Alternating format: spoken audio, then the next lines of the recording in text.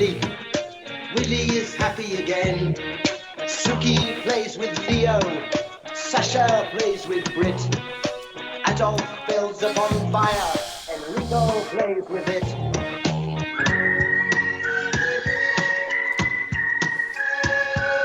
Whistling tunes, we hide in the dunes by the seaside.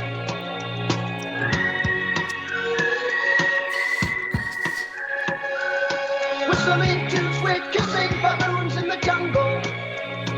It's a knockout. If looks could kill, they probably will. In games without frontiers, war without fears.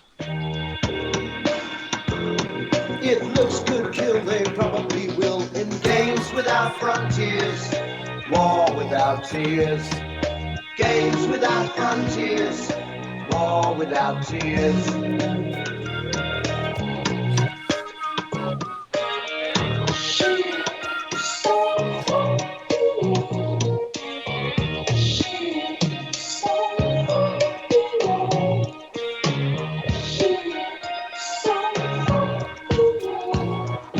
Andre has a red flag, Chiang Shing's is blue.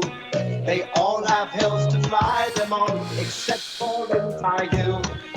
Dressing up in costumes, playing silly games, hiding out in treetops, shouting out rude names.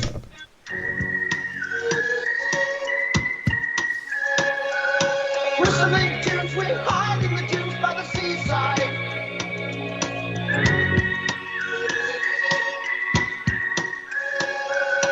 Whistling tunes, we piss on the coons in the jungle. It's a knockout. If looks could kill, they probably will. In games without frontiers, war without tears. If looks could kill, they probably will. In games without frontiers, war without tears. Games without frontiers, war without tears.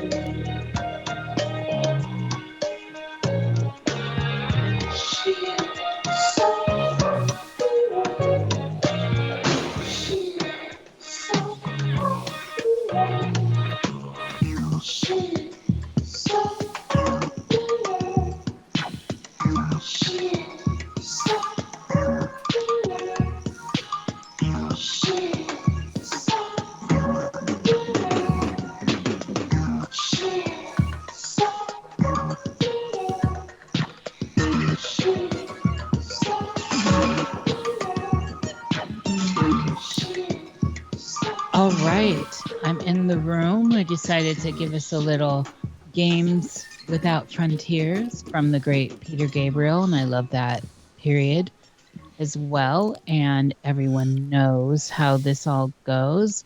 Welcome, Aaron. I'll bring you in a second. I think you've probably already been talking. I know you.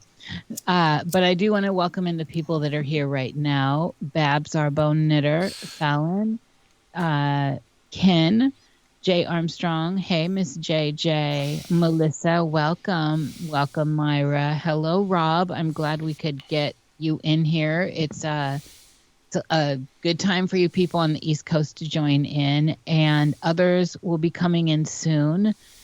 Looks like Maury, welcome aboard, and Miss Laura, hello.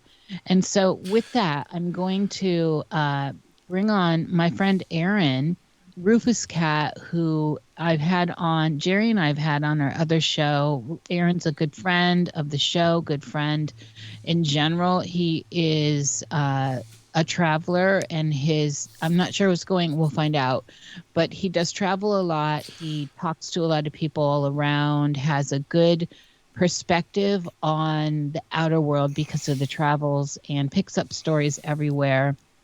So it's going to be a juicy chat. Aaron's got a lot of levity and always brings a good vibe, in my opinion. So, Aaron, it's a pleasure to have you on a live Boots on the Ground here. Welcome.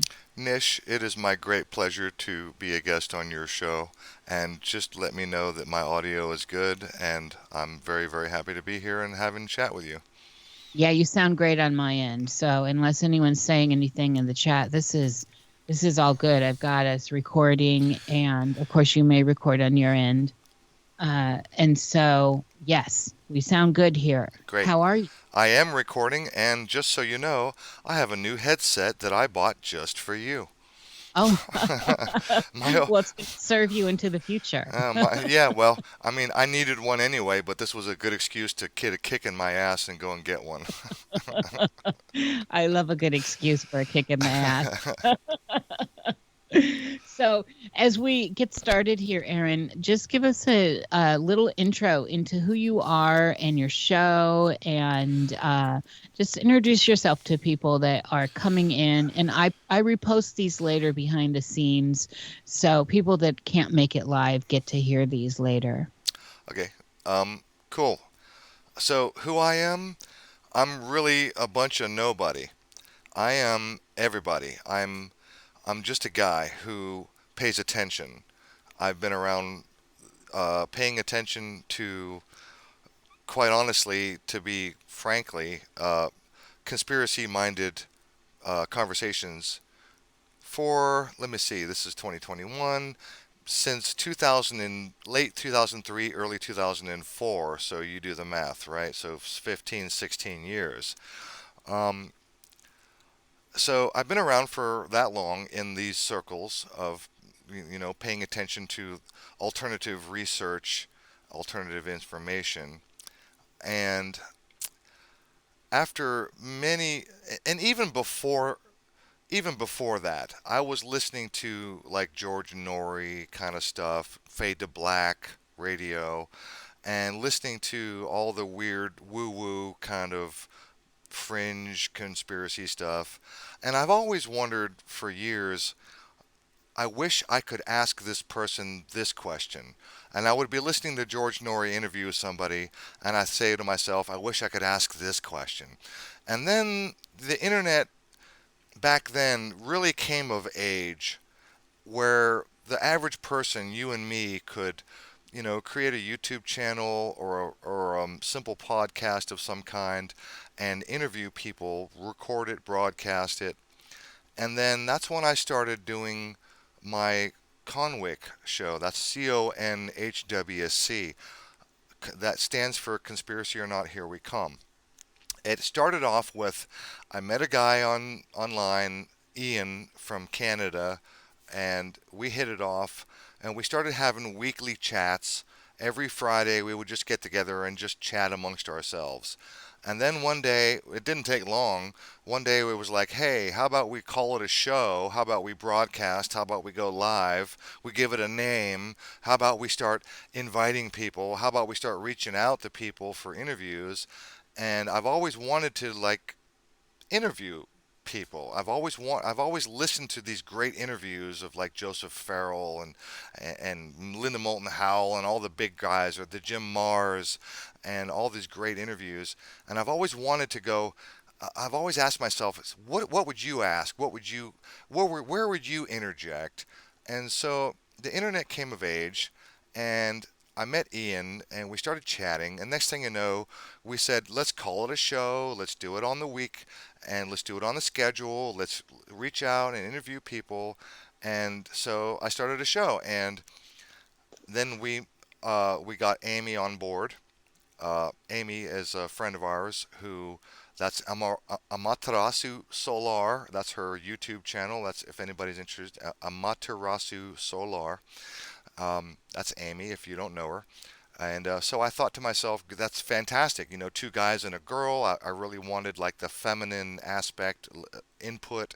So we had a good thing going. It lasted, I don't know, we did I think 200 shows, I think, something like that, or no, it was more like 2 years. We did well over 100 shows, so once a week for 2 years, minus a couple of weeks. We took some time off, so we did about 100 or so shows. We interviewed some great people, a lot of PhDs, a lot of high-ranking people, a lot of YouTubers, and it was a great experience. To be honest with you, I got a little bit burned out by it at the end, and I got a little bit tired. started to consume my entire life. I got a little bit tired of kicking my wife out of the living room so that I could conduct an interview. Um, it got little a little tedious on my end where all week long I would spend, like, I would have a guest scheduled for the following week, and then I would spend the whole week researching the topic, researching the guest, researching his history. Just I would just consume myself with being prepared. And anybody who watched my old shows would know that I usually came to the show with pages and pages of notes prepared for anything anybody said. Huh? And so that got to be a little bit tedious, and I got a little bit burned out. And we haven't done a show in quite a long time. And to be honest Why with do you, you hate him? somebody needs to mute their mic. And then didn't they just no transgender woman?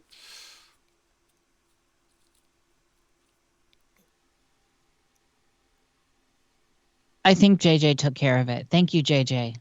Carry on. This is live. You know how it goes, Aaron. Look, I've been there, done that. I've done well over 100 shows. I get it. Feedback, jump in guests, trolls. I get it.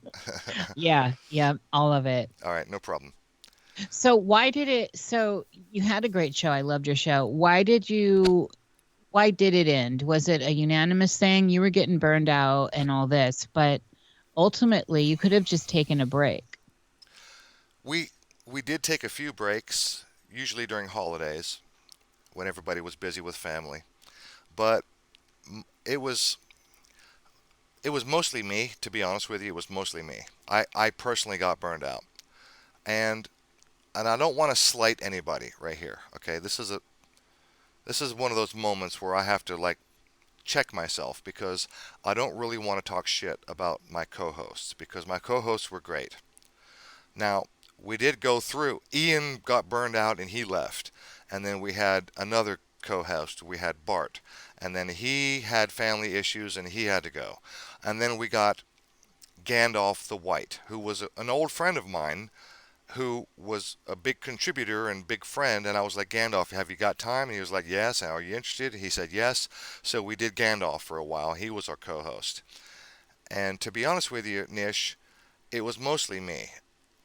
My big problem personally was that I spent the whole freaking week just diving as deep as I could, all week long, every minute, every spare minute of researching the guest, the topic, and I had a little bit of an issue with my co-hosts who would just sort of show up willy-nilly and just be there. You know what I mean? It's like You sounded very Virgo to me. What is your sun sign? I'm a Virgo. Oh, yeah. See, that sounds so Virgo.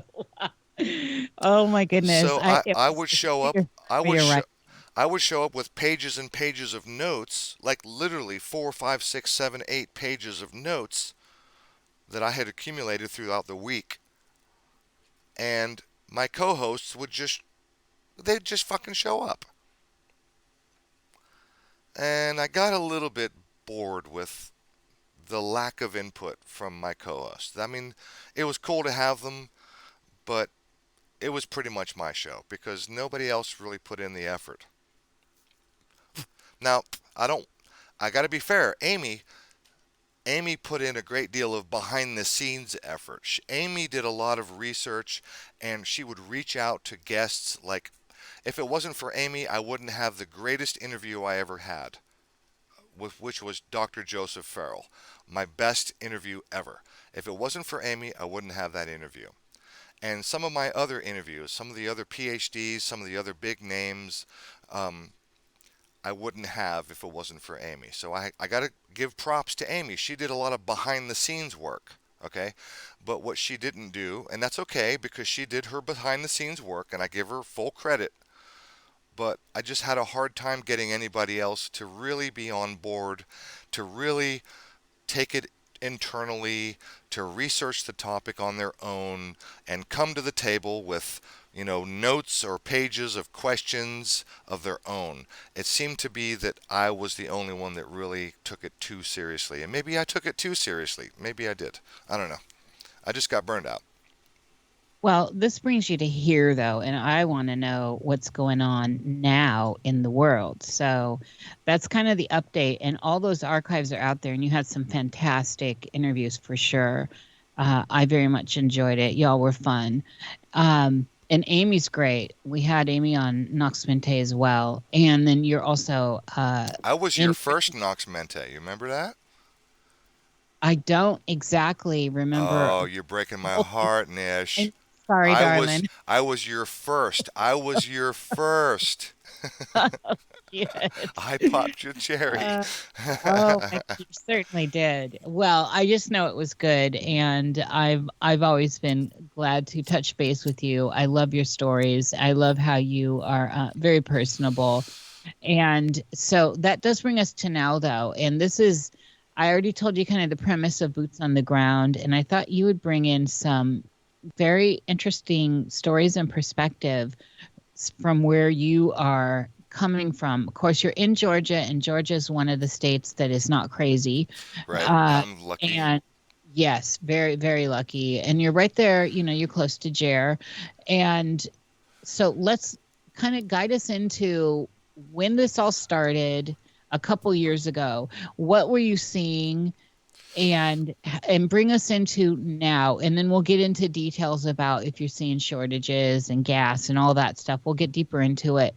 But what did you see as this started with this whole idea of a pandemic? Well, as you know, I'm a tinfoil hat wearing son of a bitch, right? I'm I'm My I'm brother. I'm the kind of guy who doesn't shy away from a good conspiracy theory. Yes, we all here love a good conspiracy So, theory. and although most of them legitimately are true, some of them are, full blown, asshats. But when 2 years ago, when this thing first kicked off, right? Let's take it all the way back to, what was it, October, November, December of 2019. Yes. When, if you remember, let me just ask you a question real quick. How did you first learn about COVID 19? What was the first thing you saw? What was the first thing? I saw it psychically, and I put out a video called The Tithing of Melchizedek in October. Okay, And in and the it's literally all in that video, including the image of the virus itself and coming out of China. It's all right in that video And then what I started to see was the China stuff come out in the narrative. that is so fucking fascinating. Please provide me a link to that. I would like to go back and check that out. Okay, I'll throw it So, in the chat here. so my question to you and to the audience is, what was the first thing in the media, the mainstream media? Okay, I'm not talking about channeled information. What was the first thing you learned? How did you learn about COVID-19? The first thing you learned, if you remember, in the media.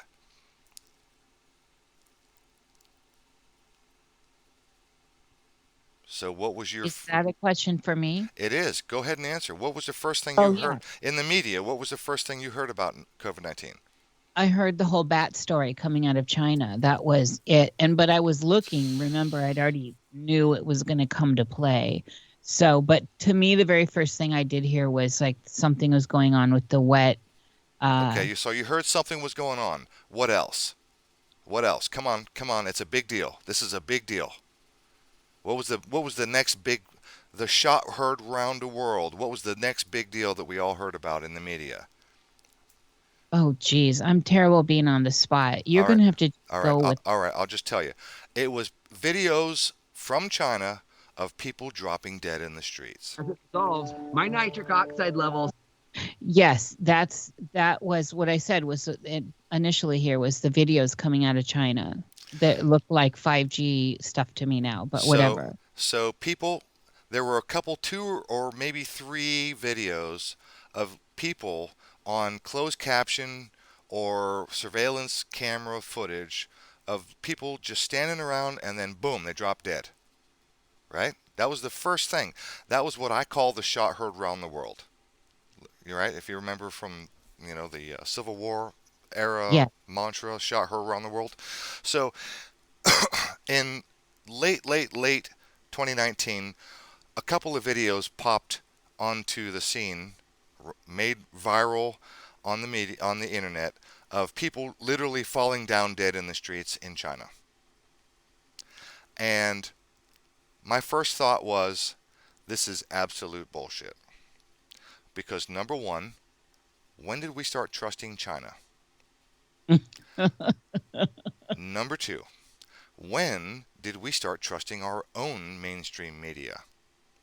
Number three, when did our own mainstream media start trusting China? Exactly. Number four, number four, we're going to go a little bit deep in what my favorite word of all time, and that's epistemology. Epistemology is, how do you know what you know? So if someone comes to you and says, oh, people are dropping dead in the streets of China, my first question is, how do you know that? And their response would be, well, I saw a video. And then my response would be, I could show you hundreds and hundreds of videos of people dropping and falling and passing out. So now, back to epistemology. How do you know what you claim to know? If you say this person in this Chinese video fell down in the street and he is now dead, first of all, how do you know he's dead? Second of all, how do you know what is the cause of his death? So we're already a long way away from the truth. What we have is a video of a person passing out and falling down. Right? Yes. Okay. Have you ever seen footage, or have you ever been to a wedding where people, particularly the bridegrooms, where they have to stand at attention during the ceremony?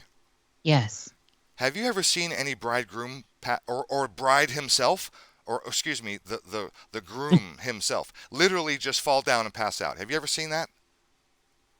No, I've seen more people passing out now than I ever did in the time before. Okay. Well, let me just tell you, this is a common occurrence. And by the way, if you've ever been in the military, or if you have friends or family who's been in the military and they have to stand at attention, the drill sergeant will tell you, do not lock your knees. Oh yeah. Well, that's old school with anything, with skiing and martial arts. Yeah, I learned that early on. You stay weak in the knees, baby. So when you lock your knees, you cut off. It sort of blocks some portion of circulation. Okay. So when you're standing at attention, like in a military parade or at a wedding, and you have your knees locked, and your circulation blocks for some reason, you'll fucking pass out and you'll fall down right on your face. Okay? So that's number one. So anybody standing at a bus, waiting for a bus, and there's a surveillance camera on the other side of the street, and they can see you, and your knees are locked, and you fall down and you pass out. Boom. Now we have video footage of a guy who's standing there, and for no apparent reason, he fell down and he passed out.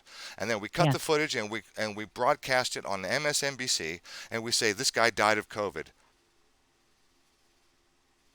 Do you see how that works? Oh yeah, yeah. There's so many things. Also, Aaron, with that though, there's the millimeter waves and how those also can it can literally take the breath out of your lungs as well. So there's a lot of stuff that could be part of what we were seeing in China. But yes, I'm with you on that. And the knee locking thing is a big deal. I'm going to be honest with you. I have not dug deep into the 5G. I have a cursory understanding of millimeter waves and the oxygen deprivation that they can supplant. I don't know enough to speak about it. But what I will speak about is what I do know for sure, and that I can prove. Yeah. is that number one, people are drunk.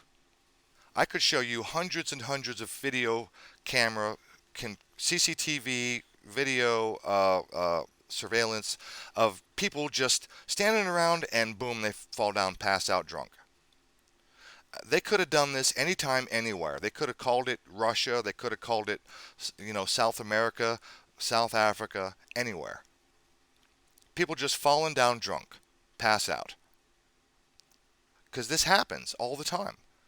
Oh yeah. It Yes. happens with sober people at fucking weddings. It happens in the military when you're standing at attention. Sober people pass out. If you stand at attention and you lock your knees, you can, and in fact, you will fall down, pass out.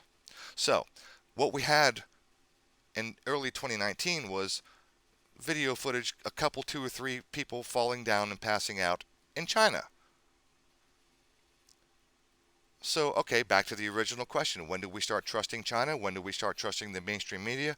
When did anybody ask, why did they fall down? Are they actually dead? If they're actually dead, what did they actually die from? But no. We got none of that. What we got was, here's a video of a guy who fell down, passed out. Here's a guy who fell down in the street by himself, and therefore, deadly virus. Therefore, deadly virus. Everyone panic. Yeah.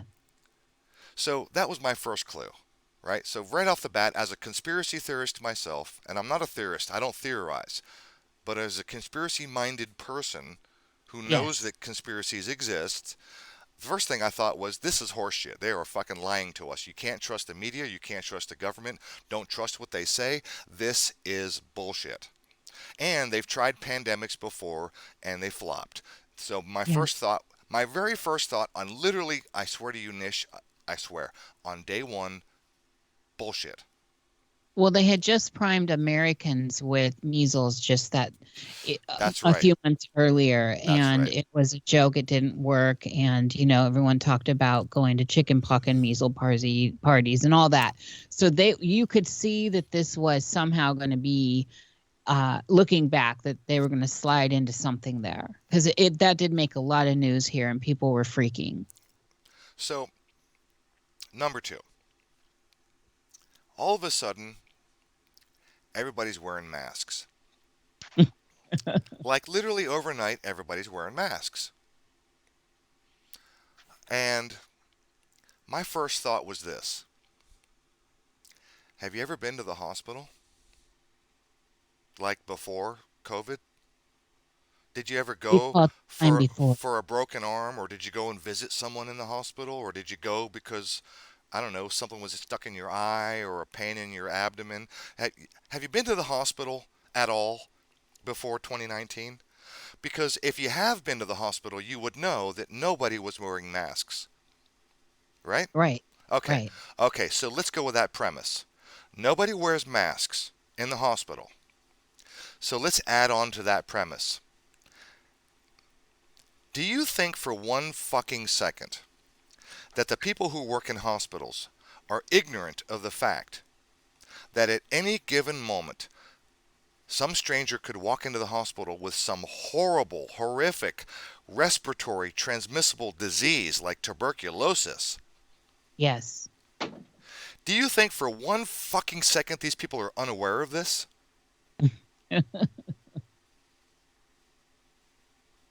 Don't bring logic up in here. Broke down, like, what made you believe or not believe? What was the first? In general, or the COVID one? Just writing it. What is going on? I'm sorry, is that a question for me, or are people just chatting? I think it was JJ's on it.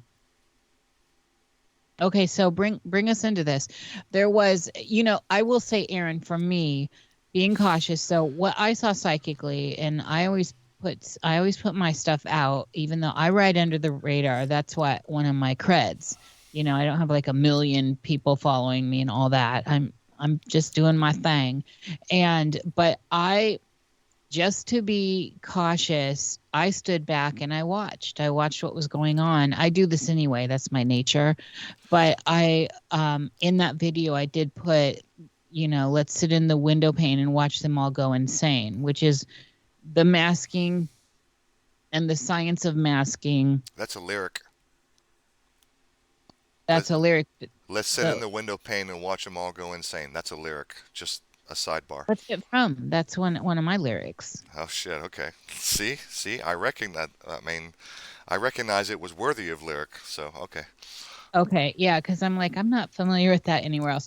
Anyway, so what I was aware of the science of masking, just having been in house restoration and all that, when you're working with different types of chemicals and stuff like that, and I knew those stupid little masks were it just didn't make sense to me, but it was all of a sudden this whole mass mind virus, and of course fear brings us into the world we are now. So I was watching that, and I stood back and I played the game as far as observation and see what's what, to see what is what, because when I'm seeing psychic content, I don't know. So in my psychic content, I've seen a lot of dead people. There are going to be a lot of dead people.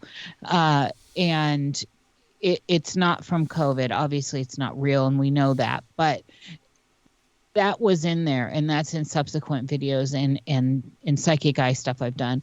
But I didn't know how it's going to play out, and I put out stuff, and I wait for the world to fill it in. And that's what I was doing. I already saw this. Now, how does this play out? And that's where I was with it, Aaron. So you're coming in with the logic. You're looking at this with the logic. You are already minded with things at a slant, that things aren't what we're told, and that there's other stuff going on. Where did that bring you when all the masking started? And you were in Georgia. Did you have a period of masking there that was supposed to be happening? I didn't keep my finger on the pulse there. I know Jerry never wore one. I'm actually lucky because Georgia is considered what we call a red state. Yes. So Republican, for those of you outside of the United States, Republican is a red state. Which is kind of old school Democrat, because we're in inverse, because we are in the inverse, because the Republicans have adopted everything that the Democrats used to. Freedom, liberty. You get to have your choice. Everything, literally everything was inverted somewhere around the 50s or 60s, somewhere around there. The Republicans and Democrats, they just switched all of their platforms. Yeah. It's like everything we used to support, we now support the opposite, and everything you used to support, you now support the opposite. So let's just switch sides, and everybody it's just a crazy clusterfuck of ideas. Yeah. So I'm lucky that I'm in a red state, and in Georgia, the quote-unquote mandates weren't too harsh.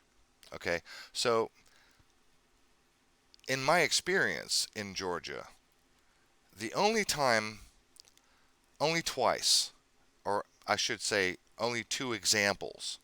One was I went to a liquor store, and I walked in the liquor store, and the girl behind the counter, "You got to have a mask, sir." And I said, "I can't wear one." Pay attention to my words. I said, "I can't wear one." Pay close attention. I can't wear one. Those are my words. I chose those words exclusively, extremely carefully. I can't wear one. That excludes me from giving an excuse. Yes. It excludes you from asking me why. It gives you a reason. The reason is I can't. And if you press me further, you're violating the law. Right? So my excuse is I can't wear one. I could go into that deeper, and I'm glad, I'm happy. I promise you. You don't need to here. I will. No, I will, because it's important. Because people will find this useful. If they're suffering in certain blue states where mandates or people are screaming at you to wear a mask, just simply say, I can't wear one. If you say that I can't wear one, you're claiming that there's a problem. I can't wear one. Right? Yes. when you make that claim, you're stating that a mask causes you some sort of problem or distress. By saying that I can't wear one, it could be a medical problem. I can't wear one. It could be a philosophical problem. You might have PTSD, like literally. And in some places, that's a legitimate exemption. If a mask, and it's written into the law, by the way, in some places, if a mask causes you extreme distress, emotionally or psychologically, then you're exempt. If you Well, have this is how people got all their emotional support animals into everything. so by saying I can't wear one, you encompass all of the exemptions. You could be a religious exemption, you could be a philosophical exemption, you could be a medical exemption. All you have to do is say I can't wear one, and you're done. So, Aaron, right, I get that. But there are places where you've got mob mentality, or in Jungian terms, participation mystique. And then you're dealing with a state of psychosis, actually. Yes. Oh yeah, And it's a cult. that's, Yes. it is totally a cult. And that's a different dynamic. And logic doesn't fly in the minds of that. So if it's one-on-one, people are logical. You are not necessarily But logical. here's why this phrase works. When you say I can't wear one, you're not giving any reason why. So psychologically, it puts the onus on the other person to fill in the blank as to why you can't wear one. But that's when you're one-on-one. And what I'm talking about, when you get the group, the mob, they don't care. It doesn't matter what you're saying. If you are against what they're saying, they act accordingly. And that's where it gets crazy. So one-on-one, that logic works. Even in a group, it sometimes, I'm not going to guarantee, because every group is different. Every mob is different. It works one-on-one. Most of the time. Not always. One's different because you're not dealing with that weird mob mentality. It does work with the group. Most of the time it works with the group. Because like I said, when you use the phrase, and the words are very specific, I can't wear one. Now everybody has to figure out, why can't he wear one? Is it religious? Is it philosophical? Is it physical? Does he have a physical problem? Is it religious? Is it spiritual? Is it... They don't see it that way. They have to. No. They do. It's psychological. It's subconscious. They have to fill in the blank. Okay. This is how. I'm going to point you towards the Kyle Rittenhouse stuff. These, there was no black anything to do there. He killed. And they still labeled him a racist. Right, and so you're dealing with an insane methodology here, and that's what I'm saying. That I've witnessed some craziness around the masking where people actually had papers. They didn't have to pull them out, but they did when the whole mob got on them. And then in the town next to mine, there are a couple places where you have to show papers to get in. And I've witnessed it. They don't care. They're not hearing what you're saying. They are just going with their fear and the entrainment Well, that's fine. of everything that's going on. So the logic that you're bringing to the table is not working for some of these people that are entrenched in this narrative. And that's the problem. You're bringing logic. Yeah, It's theocracy. It's electrolyte. It is a problem. And look, absolutely, logic can definitely be a problem when you're dealing with a mob who's not operating with logic. Absolutely. Right. And that's what we're seeing all over. But So let's get back to this. So when you started to see this though in your area, and you were using applied logic like you often do, when it moved into the idea of, okay, so everyone's wearing the mask because they believe that there is this crazy virus that is going to kill everyone, basically, and the pandemic stuff is all swirling around, and the movies around pandemics and all this fear. What were you seeing in like grocery stores? What were you seeing on your boots on the ground? Were you still traveling with work at that time? My traveling with work had come to an end at that point. So I used to travel out of state. I had the whole eastern block. I went from Maine to Miami. Everything on the eastern coast, every state, every town, I had been there. Yeah, and And you have a lot of great stories. that work came to an end just about a year or so before COVID. So I was back to my normal operations and I wasn't traveling out of state for that work when COVID struck. So in my hometown right here, I'm I'm in a small town just outside of Atlanta, and I would have a pocket full of checks because I'm a contractor. I'm an independent contractor. So I would go and do a job, I get a check. And then I go and do a job, I get a check. And at the end of the week, I'd have a pocket full of checks and I'd go to the bank and deposit my checks. So during COVID, things had changed. Now there's a giant, and I mean gigantic, this guy must have been 250 plus, a big black male security guard, armed, masked, and I would walk up to the bank and there would be a line. Instead of walking into the bank, now there's a line. And instead of walking into the bank past the doors, because there's a line, maybe it's busy, now there's a person standing out front asking you, before you even get inside, why are you here? What can I help you with? Blah, blah, blah. And now there's a giant security guard. He's a big guy, and he's armed. And sometimes the person outside with the clipboard wasn't there.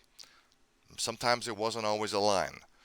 So I would walk up to the bank, and I have a pocket full of deposits, a couple $1,000.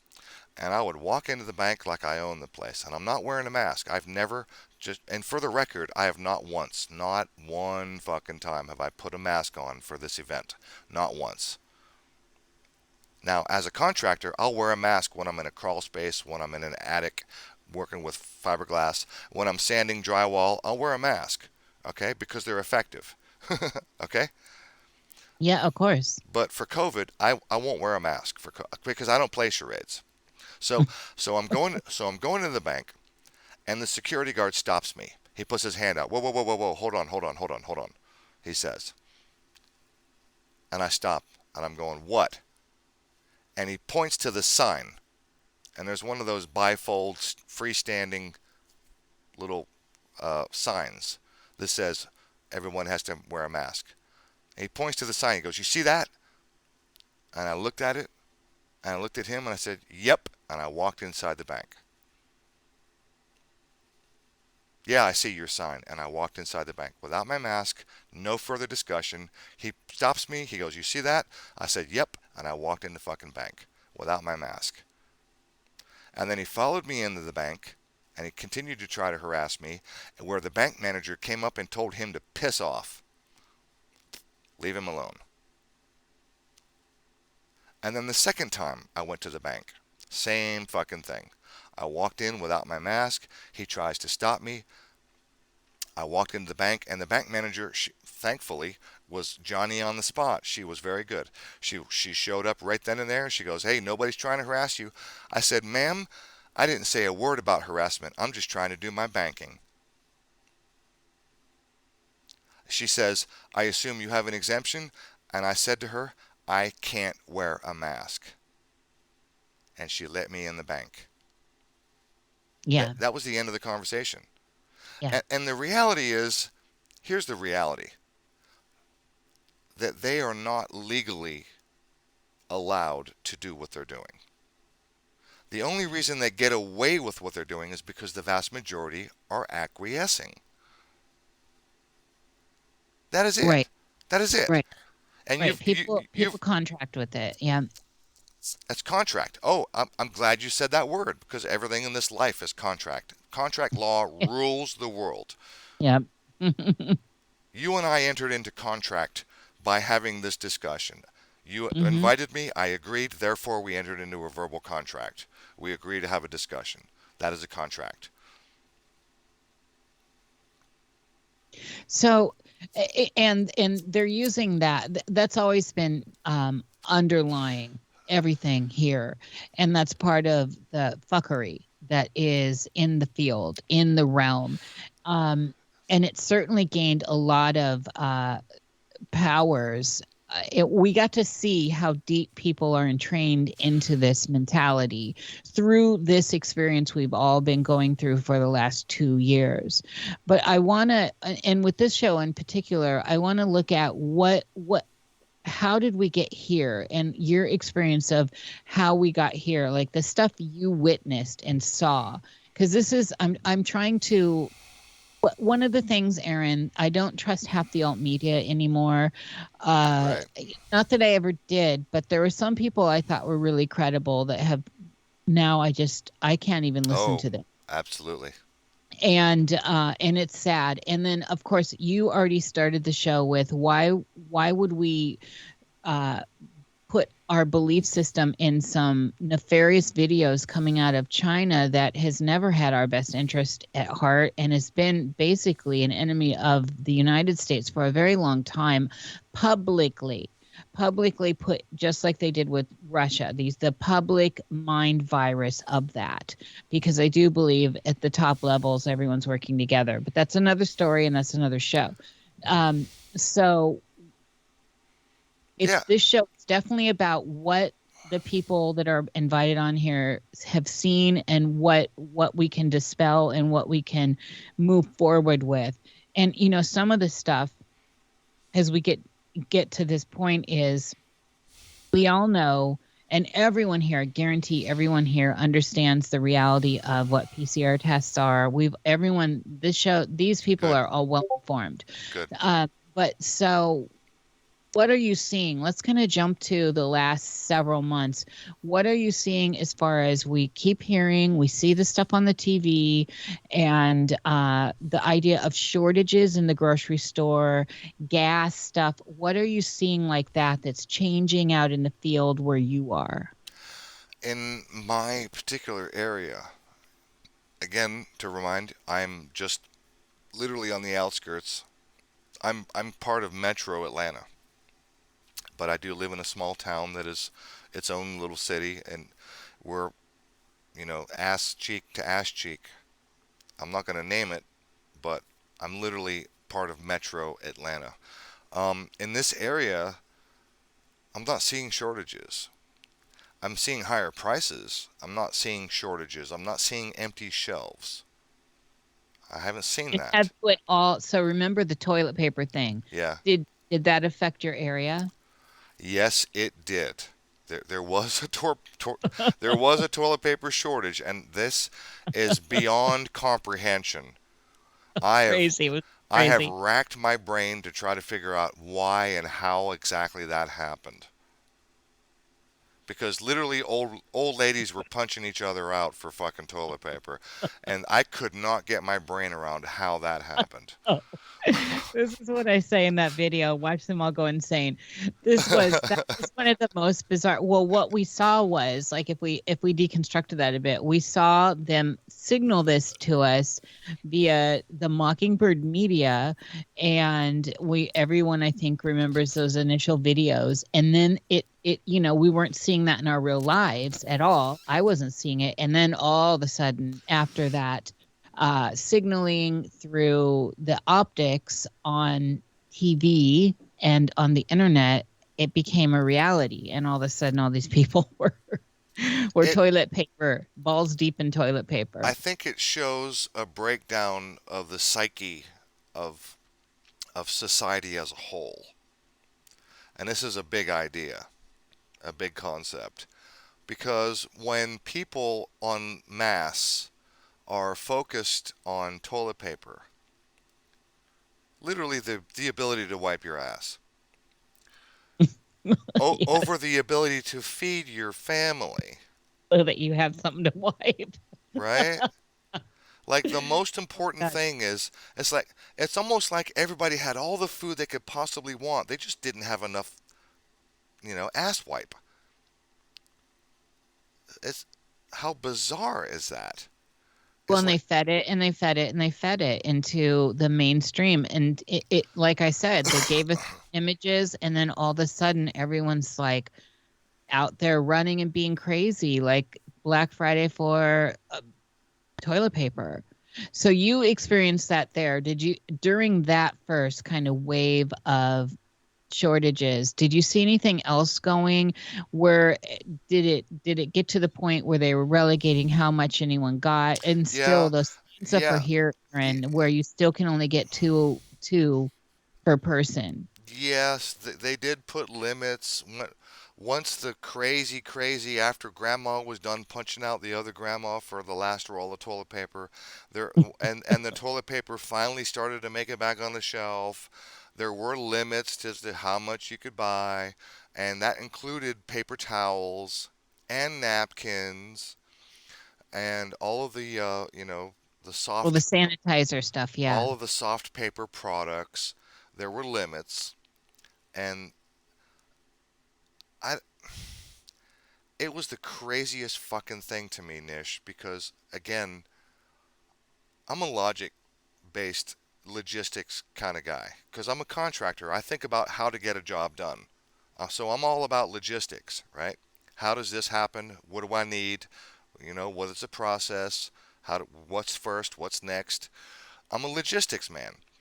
And from a logistics standpoint, I'm looking at this from a big overview, looking at the whole country, else the world, going, how is it that everyone, literally everyone, is focused on fucking toilet paper, and no one is focused on, oh, I don't know, do I have enough meat in the pantry to feed my children? Right, some food, some stable food. Do you know what I mean? It was like Right. grandma's punching out grandma over toilet paper.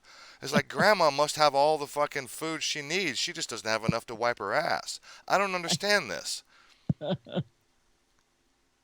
Well, and we were seeing at that same time there were people that had, so this turned dark in a different way too. So we started to see that some of the hoarders got busted because they were filling up those storage units and selling, of course, right? And so then the government was coming in under eminent domain, and I think a lot of people lose sight about how important that is.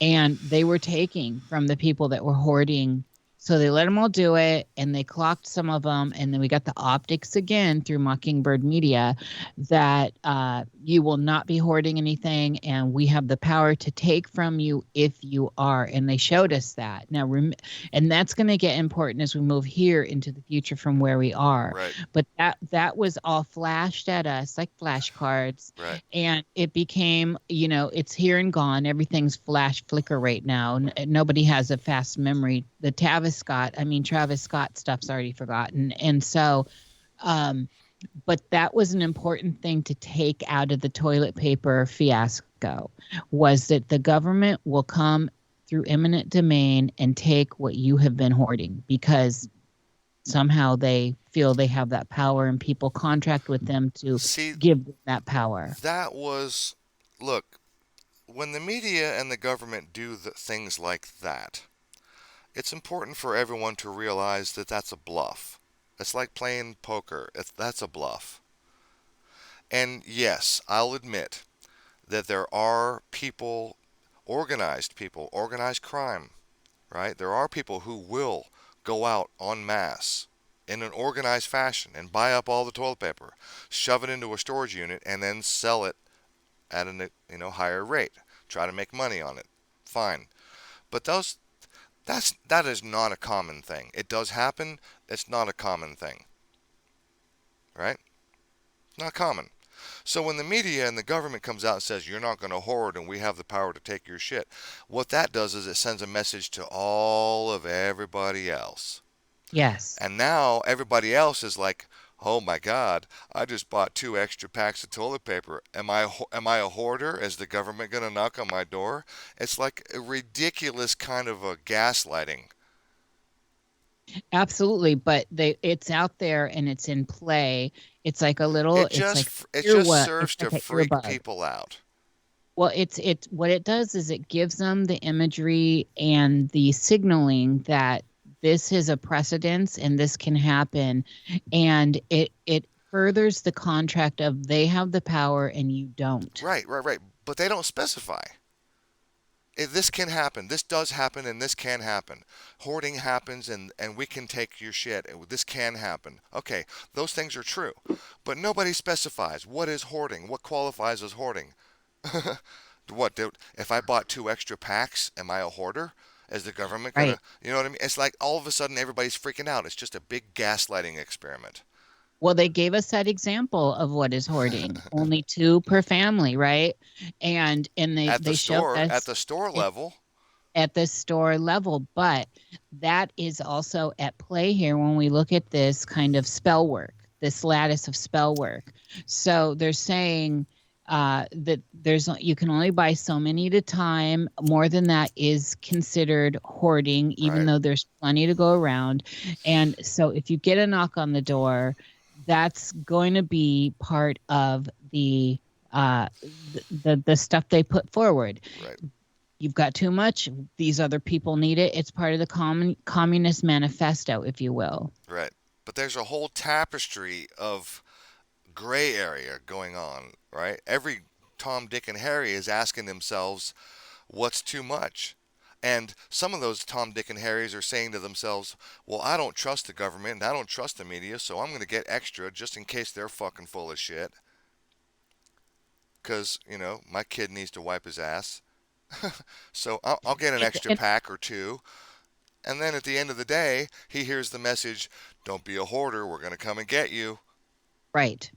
And that whole come and get you thing is a big thing throughout all of this. And here's the thing that people should remember and recall, that our grandparents always kept well-stocked pantries. Oh yeah, you should have seen. Oh yeah, my grandparents had a garage full of toilet paper.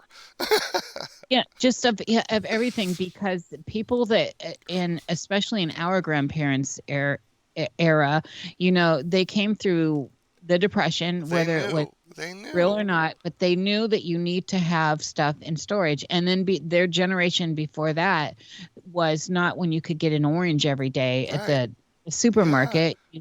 You had to prepare for times of shortness like winter. And so this was an old school mentality that got bred out of the current population. Well, that old school mentality came out of World War II era. Just think of your grandma and your grandpa as the OG prepper. Oh, absolutely. They're the original gangster of preppers.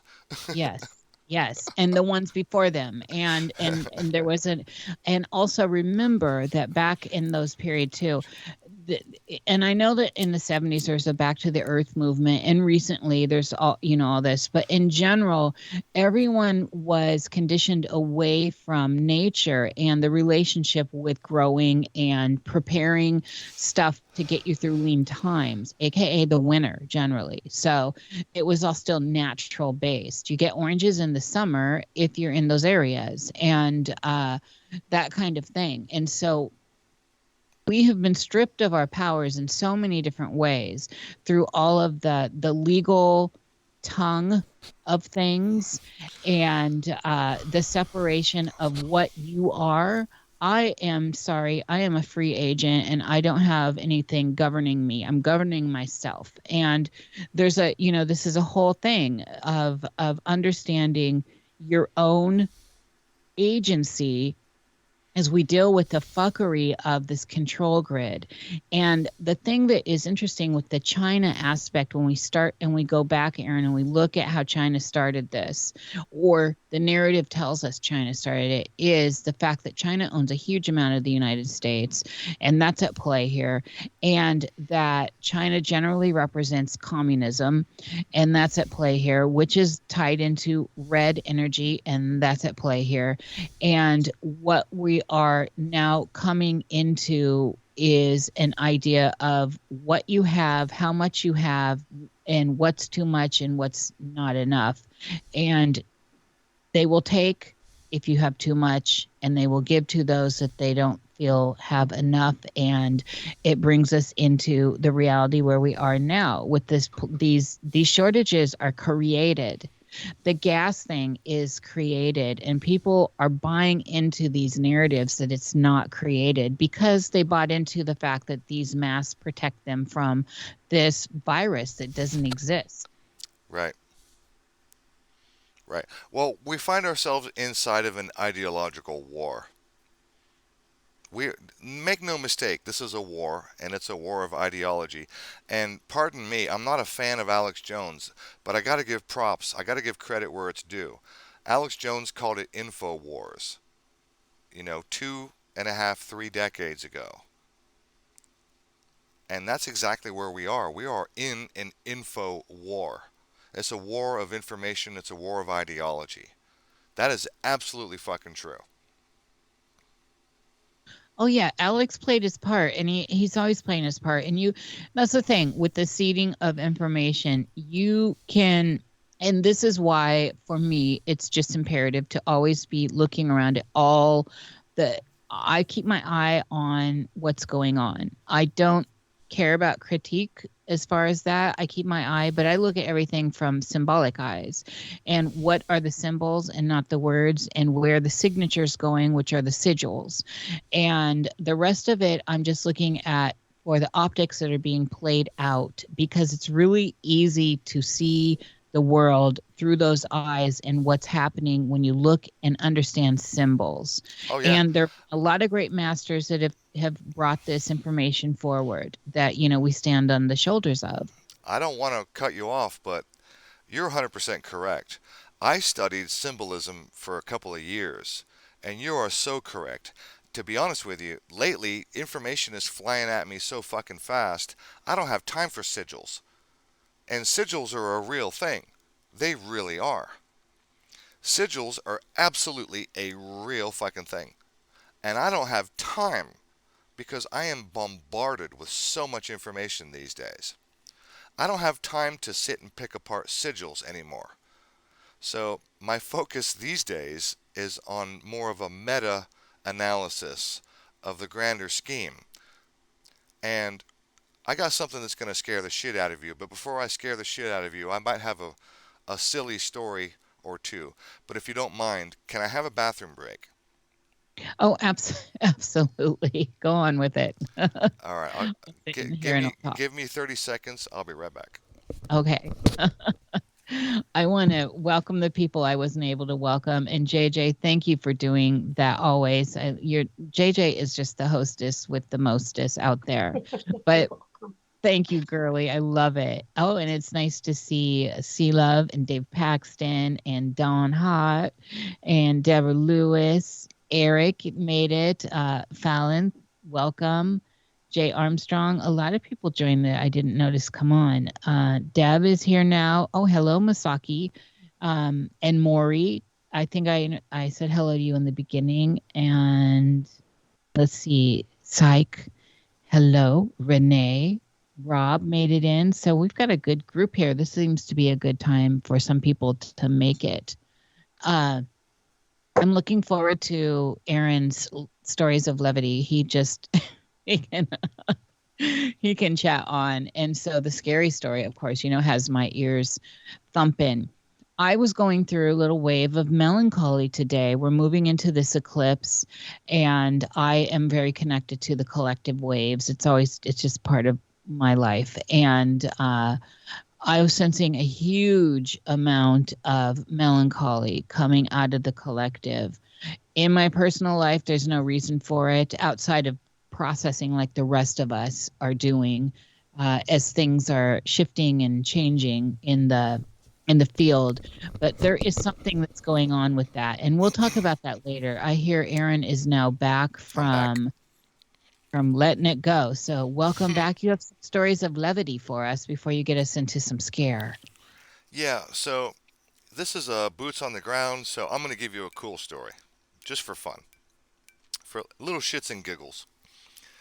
So I've got an RV, and I also have a friend who lives in Texas who ran a very, very successful business. He made millions of dollars, and then he sold the business for $5 million, and he retired, and then he bought a beautiful piece of property in upper, not necessarily upper, but high up, 7,000 elevation, Colorado. He bought a gorgeous piece of chunk of property in Colorado, 35 acres, unbelievable fucking house. And after he retired and bought that property, Nancy and I were looking for something to do, and we hadn't had a long vacation, and so we said, Donnie, we're going to come and see you in your new house. We jumped in the RV. We drove from Atlanta to Colorado, 3,000 miles round trip. Now, we did this in the height of COVID. This was in 2020, when COVID was in full swing. And I swear to you, I could tell what state I was in just by the reactions from the people in the gas station. Because I'd pull in, I'd plug in the gas pump, and I would walk into the store to take a leak. I would just go and use the restroom and get back in the RV and get back on the road. And I could tell you what state it was, red or blue, by the reactions of the people. Because, as I told you, I've never once worn a mask, and I won't. So I walk into a store, go to the bathroom, come out, nobody says a word. That's a red state. I go into the store, and I step 1 foot inside the door, and people are already yelling at me, Sir, you got to have a mask. Sir, you got to have a mask. Mask, mask, mask. Now, typically, I would ignore these people. I would just walk to the bathroom, have a leak, and walk out. Just like I own the fucking place. And you can yell at me all you want. I'm not wearing a mask. I'm not going to stop. We're not going to have a conversation. I'm going to go to the bathroom, and then I'm going to fucking leave. And you all can piss off. So, one day, I'm almost to Colorado. I'm in New Mexico, which is a pretty blue state. And we stopped to get gas, and it's a small store. It's a Chevron, a little small gas station. And I walk in to go to the restroom, and a girl behind the counter, Sir, you gotta have a mask. Sir, you gotta have a mask. And I just ignore her, and I go to the bathroom. And when I leave, I'm on my way out, I'm headed toward the exit door, and I don't stop moving. And I hear, and I swear, Nish, I'm not making this up. Imagine spaghetti western, Native American Indian, old gentleman. Because after all, it was New Mexico. This is Native American country. Yeah, I used to live there. It's one of my favorite states. So I'm leaving the restroom.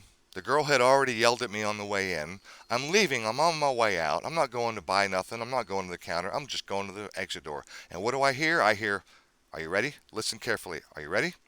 I hear, Sir.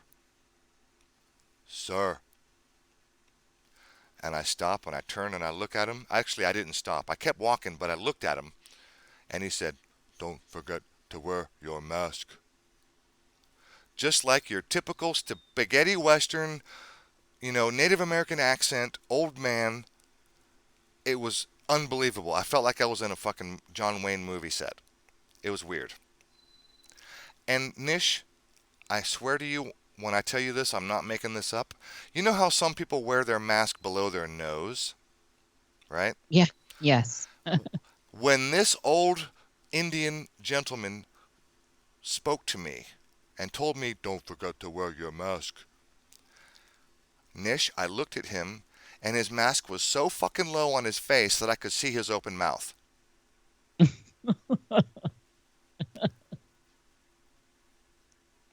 And this guy's telling me to wear a fucking mask.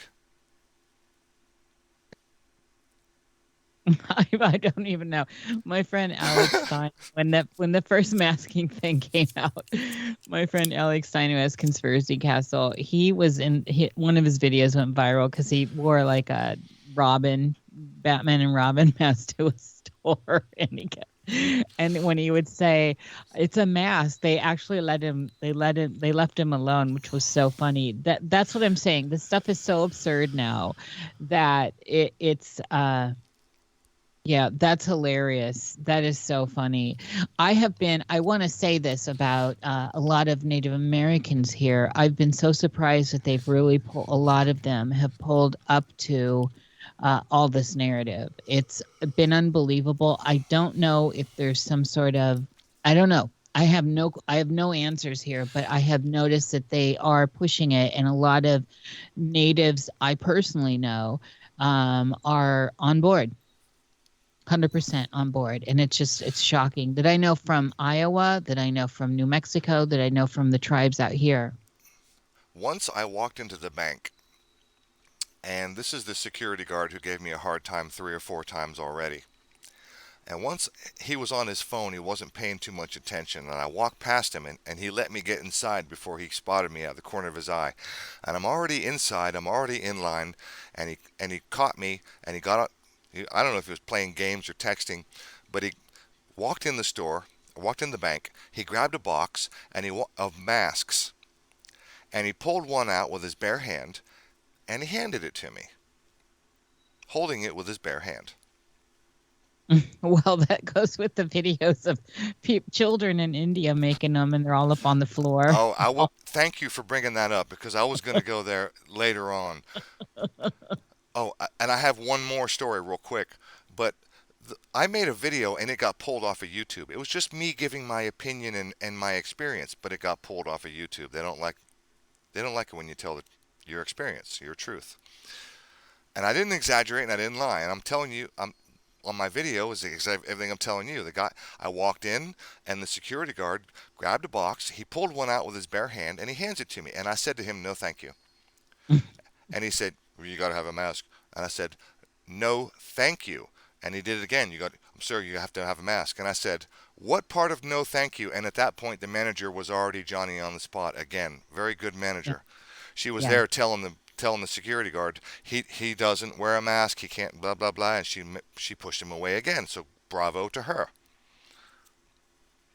And first of all, I want to point out that the reason I think that the manager was so good at making him leave me alone is because she knows that I could bring a massive fucking lawsuit. Because the truth is, we have the 1964 Civil Rights Act of no discrimination under any circumstances at all, and that includes medical, and we have HIPAA laws which prevents you from asking me my medical problem. So you're not allowed to ask me if I have a medical problem or what that problem is, and you're not allowed to discriminate against me if I claim to have a medical problem. So all I have to do is claim to have a medical problem, and you're not even allowed to ask me what that is. All you have to do is oblige. That is the law. Yeah. So period. Bottom line, period. They knew. The bank fucking knew. So they left me alone. And because I was one of the only ones that had the balls and the willingness to stand up and say, "No, I'm not fucking putting your mask on. I'm fine. I'm not even having sniffles. I can stand here." Oh, one time I went to the bank, and without my mask, I'm going inside, and the security guard stops me and goes, "Can I help you?" And I said, "Yeah. You're a security guard, right?" And he goes, "Yes." I said, "This is a bank, right?" And he said, "Yes." I said, "Yeah, you can help me. You can keep me secure while I do my fucking banking." And I walked inside. Oh dear. That's what because I got irritated after 5 or 6 times of being stopped by the same guy. I got irritated. And one time he's like, "Can I help you?" I said, "What do you mean, can you help me? You're a fucking security guard. I'm going into the fucking bank. I don't go to the bank to talk to a security guard. That's not why I go to the bank.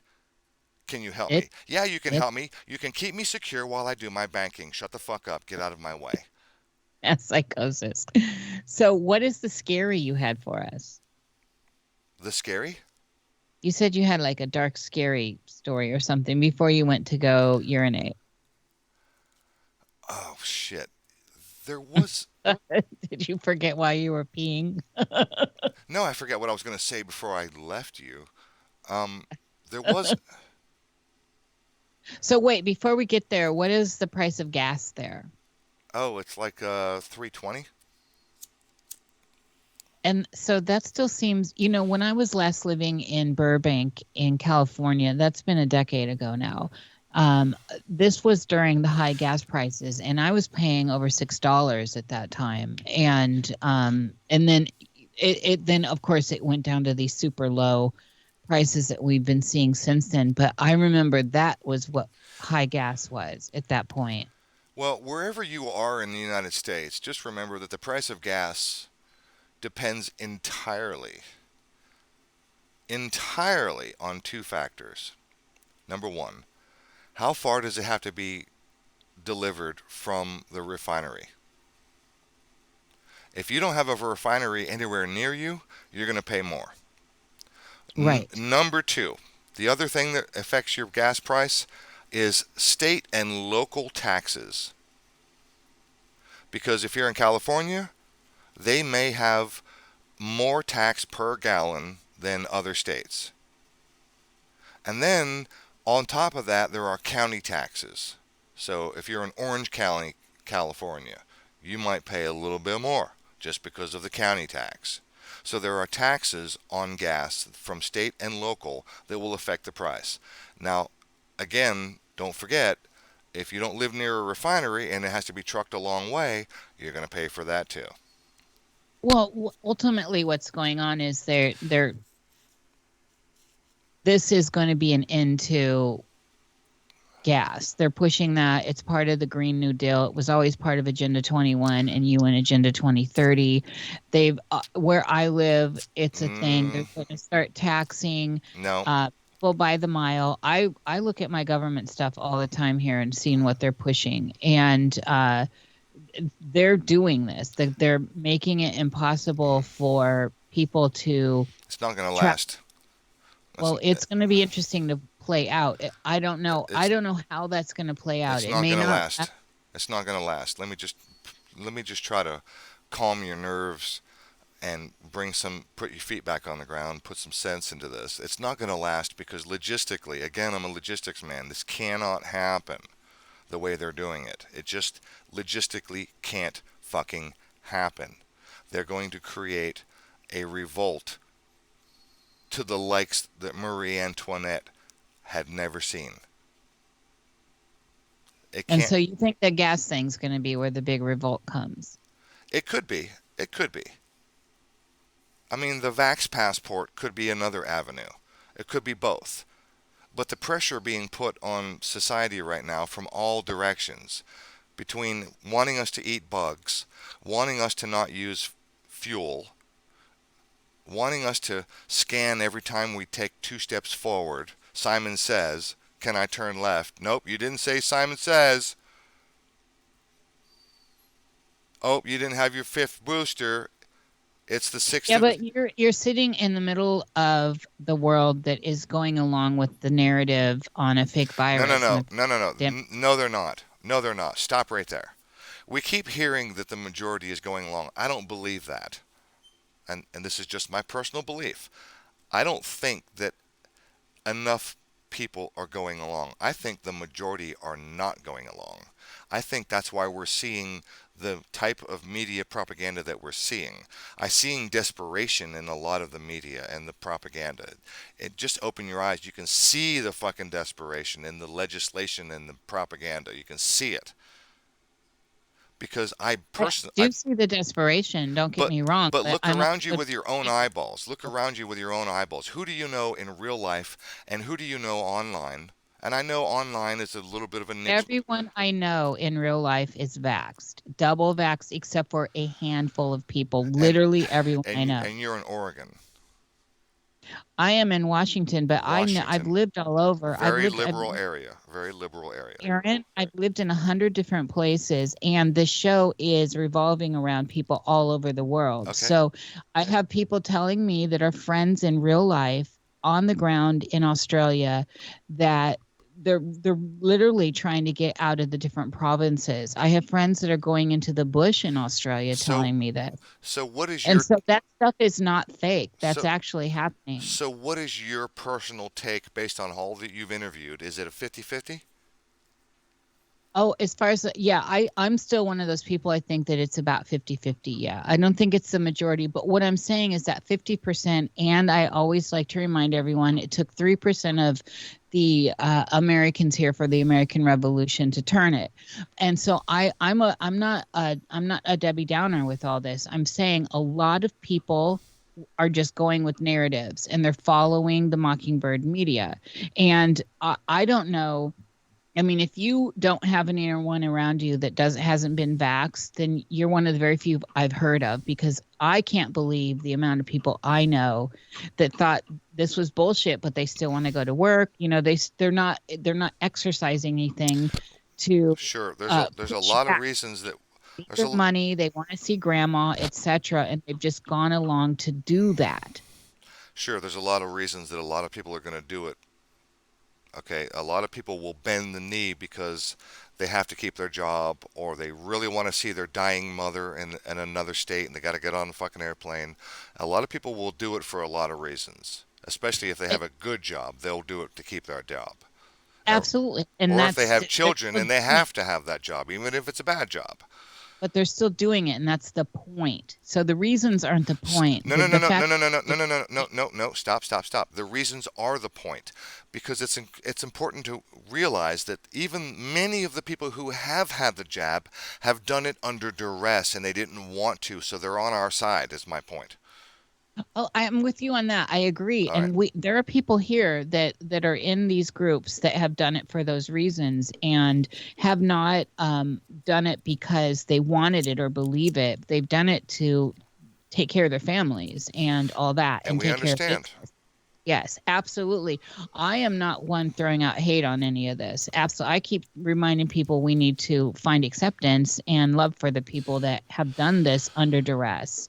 Um, and the point here is that with the narrative that's going on with fossil fuels and all this bullshit is gaining a lot of ground. And what I see everywhere I go now is I see electrical charge stations. It used to be I'd see 2 or 3. Now I see like 30 at different places. I'm seeing this push. They started with getting the hybrids. Now all the moving companies, and I'm tied into one big time. The drivers are having to switch over to electric trucks to deliver stuff. This stuff's in the works, Aaron, and I know it's in the works. whether people revolt or not, it's in the works, and enough people are being strong-armed into doing it. So, Right. like, trucking industry is being strong-armed into doing it. And what are they going to do? The truckers walk out. They're bringing in non-Americans here in America to do these jobs, and stuff like that's Yeah, happening. they So are doing that. we got to pull our heads out of the sand and make sure we're seeing that this stuff is happening. I'm not saying you have to buy into it. You don't have to contract with it, but you need to see it. I want to point out something that I find really interesting with what you just said. And that is because you live in Washington, which is a very liberal area, that you just said that you're seeing these start charging stations all over the place, right? Yes. Oh, yeah. Okay. Well, let me just tell you, I live in Georgia. I've never seen a charging station. Well, that's why we do boots on the ground. I mean, that's, here. This is I why I'm personally- telling you what I'm telling you right now. Yeah. I live in Georgia, and there are no fucking charging stations. I don't see them. I've not seen one anywhere. Okay? And I've got an example here. A friend of mine didn't know what the 5G towers look like. And so she wasn't seeing them anywhere. She didn't see them, and I had to show her what they look like. and then now she saw them everywhere. Yeah, because she didn't see them. And so the charging stations at the gas station, they're at the normal gas stations, and they look like air station, like you're going to get air. And they're actually power charging stations. Nish. I'm not the kind of guy who's oblivious. I pay attention. I know. Aaron. I made a video not that long ago that my local convenience store that I always visit every couple of days for cigarettes and wine. Mm-hmm. They installed a little kiosk like a ATM machine, but it was a Bitcoin machine. And I made a goddamn video about it. I turned on my video camera and I said, what? Really? Bitcoin ain't going anywhere anytime soon. That was kind of my mantra. It was like, They're putting in fucking kiosks. I can buy Bitcoin. I can stick my credit card or my bank card. Ba-boom. I could boom, Bitcoin right here, right now. Ba-boom. Is it what? So I made this kind of video. I was like, holy crap. So my point to you is the moment something changes in my area I notice. Yes, of course. I, That's why we do I these would shows. see a charging station. I would see a charging station.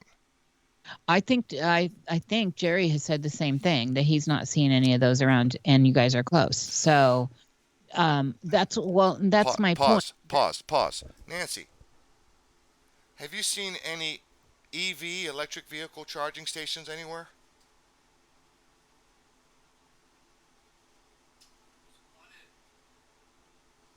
One. She thinks she saw one somewhere near a drugstore. Yeah, they're usually in the gas stations, Thank you. and thank you, Nancy. And they're usually in the places I notice them the most are off the highways. So in town, like here in my town, I don't think there are any in my town. But if I go off of the gas state, off the interstate into the gas stations where all the strip mall America is everywhere, I see them everywhere. So I mean, there's even some in the Walmart parking lots now out here. But I'm on the West Coast where I'm in the port area, and so it's a different. Um, I It's mean, I'm like literally right by all that. it's extremely liberal. The entire area you live in is very liberal. And the reason I brought it up a moment ago, I thought it was interesting because it's like they're doing these things in your area and you see them everywhere. So they're just going to start there and spread like a virus or a bacteria or a plaque. And it's just going to grow and spread across the landscape from those areas. Well, Dawn in Texas says she hasn't seen any. I think I saw that on running through the chat. Like I said, Aaron, there are lots of people who aren't seeing them, and so that's the point of the show, like trying to understand where are things popping up. Are things really happening in these areas? I had a person on from Uruguay not too long ago, Rafa, and they're not seeing really any big changes at all from any of it in Uruguay at this time. Like it's all basically been normal. Let me again try to put our feet back on the ground with logistics because when it comes to changing the whole world, or let's just say this country, let's just focus on the US. This country is unique. We don't have the grid capacity. Nancy just showed me a fucking search that there are 9 charging stations within 20 miles of my house. One That's not far from me. That's 9. And so what I'm saying is what I started to say was I wasn't seeing hardly any before all this. And then in the last several months they've doubled. So I haven't seen them. Nancy showed me a search. There are 9 within 20 miles. 9. Yeah, A but 20-mile radius, and you put 9 dots on that map. That's pretty sparse. So in my area, they're popping up. I'm not saying they're not happening. What I'm saying is I personally haven't seen them. Yeah, and that's the point of this. And the point I was making earlier is I wasn't seeing, first of all, I didn't see them at all. And then all of a sudden during this whole last 2 years, I'm like, what is that? I actually had to ask. I'm like, what is that? And then the last time I was out a couple weeks ago, going racing, and we parked at like a Shell, and there were like 35, 40, and they were awful.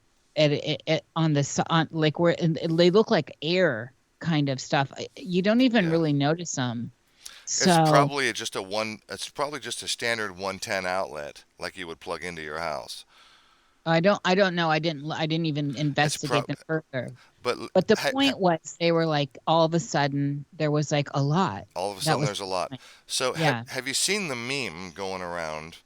And this is not a Photoshop. This is real. There's a charging station. This is in Europe, and I don't know where in Europe, but it's a gigantic machine that you plug into. It's very, nicely, facade, but it's big, and ultimately it's a diesel generator. So when you plug in, the diesel generator kicks on and it charges your EV. I love me some diesel, by the way. Oh, That's the poisonous stuff. That's terrible. It's kerosene, basically. I hate diesel.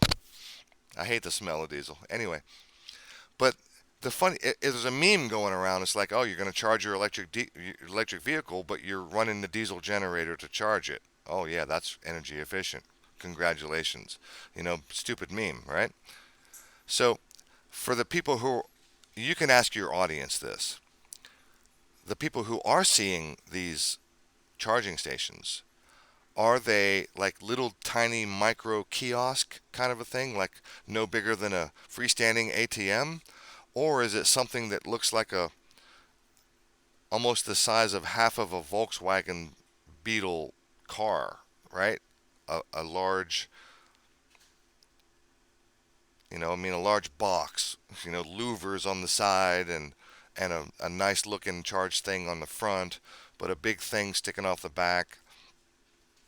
Is it do you know what I The mean? one I've seen, see, and I don't know what the difference is in them, but the ones I saw looked more like I guess more like a kiosk kind of thing. They're just in a row, and they had all those little like Teslas and Prius kind of vehicles over there, and the little bubble cars and stuff like that.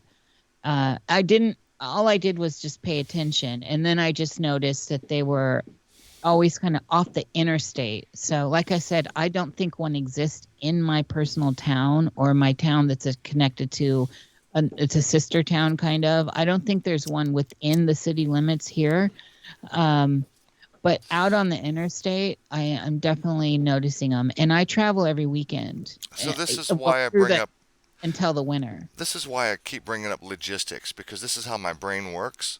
As a logistical minded person, I'm thinking, all right, it's obvious that our current wiring grid system, I'm talking about power lines up and down the roads on poles and everything, and even in the internal for your own home, they're not set up for the extra draw, the extra load that would be put on the system, the extra electrical load. If all of a sudden hundreds or thousands and thousands of people on a particular system are all of a sudden charging their cars, which are 220 volts. They wrote this into the infrastructure bill. It's in there. It's in there. That's great. The infrastructure bill includes this and includes 5G towers and includes roundabouts. Those are all in the infrastructure bill. That's why it's a multi-trillion-dollar package, because they have to redo all of the power lines. Because if hundreds and thousands of homes, individual homes, all of a sudden have an extra 220 draw. It's like all of a sudden everybody's running their air conditioning, and all of a sudden everybody installed an extra air conditioning. Well, have you read that? Have you read there? So part of all this is the lines can't handle it. The lines just will burn up. They can't handle it. It's comprehensive. So what just got signed, the sigil of the signature, it's comprehensive. They are going to make people change to all their appliances in the house. It's going to be written into local code. Deborah Tavares talks about this a lot. Change the windows you have, the type of that's why they want to reduce your electrical need or requirement. Yes. Because they're expecting an extra boost, an extra load. That's what they're doing. Right. And what I'm saying is this is happening. And that's the point that I'm making, is that it's happening. And I, for one, am not signing up for this. And I have an old house. I only like old houses. And I have a drafty old house because I like drafty old houses. I'm not putting in those fucking 3-pane windows. Yeah. And all that stuff. I'm not pulling up to any of this. I fought the city on smart meters and won. And I am not subscribing to this. But that does not take away the fact that it's happening all around me. And that's what I'm saying. Right. My neighbors are pulling up to all this. Well. You see what I'm saying here? Yeah. So it's a conundrum on that sense, that they are writing the stuff into the narrative, and that's what's insidious here, and that's what we need to keep our eyes on. And when we start looking at the fact that by 2030 they don't want any gas vehicles on the roads, that's a big deal. It's a very big deal. And you start looking at now, if you start paying attention to the cars, the dealerships, they're giving big discounts on full gas vehicles and all that. And they're pushing hybrids, and then they're going to push all electric. And so we have to look with eyes to a little bit down the road to see how we're slowly being put into that narrative. Well, depends on. And like you said earlier, I do believe, Aaron, that half of us are not having this. So, and we are in America, and we still have the power of, we still have the rebel gene that's with us. And so a lot of us aren't going to be pulling up to this. We're not having it. And so I'm actually, Aaron, I'm counting on that. We have to. I agree with you. Absolutely. I'm counting on it too. And I'm of the opinion that it's more than half. Because like I said, even those who lined up and got their shots, they did it under duress. They're really on our side, even though you could say, yes, these people are vaxxed, but most of those people only did it because they have a job, they have kids, they need that job to feed their kids, or they gotta go. I do know that. What's Nancy saying? Oh, I didn't. She's arguing with me that I said most. Did I say most?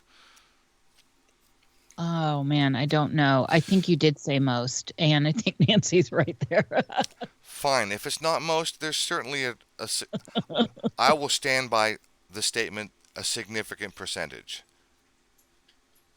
Well, There and are so maybe I'll tell you what. How about this? How about 30% of those that are vaxxed, at least a third, simply did it for no other reason than because they were afraid to lose their job, they were coerced, they needed to travel, they needed to keep their job, they needed to do something.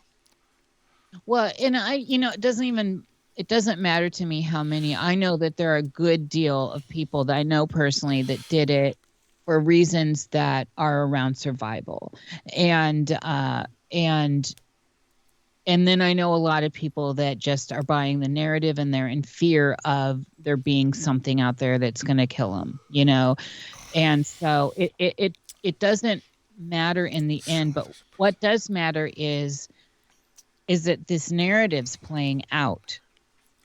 And as we go deeper into it, we're looking at some interesting road ahead. And that's the thing, really. And that's why it's important for me to talk to people like you and what you're seeing where you are and all these other people, because this is how we're actually tracking what's going on in the real world around us. Because we all agree that we're being sold fuckery left and right through the optics on the internet and on TV.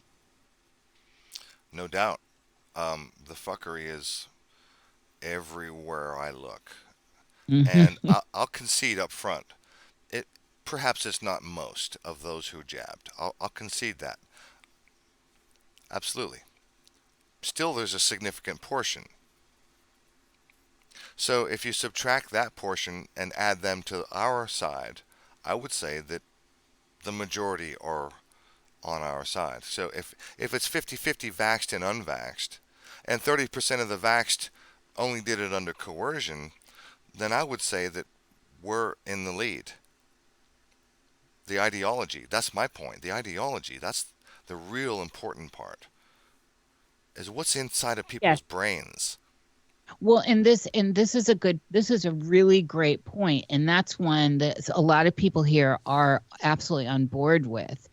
And I think that a lot of people lose sight of that, actually, Aaron. It's a very good point. It's one that we need to keep moving through this territory is exactly what you just said. We can't focus on all of that. We need to see it, but we don't need to contract with it. And that's what I keep saying.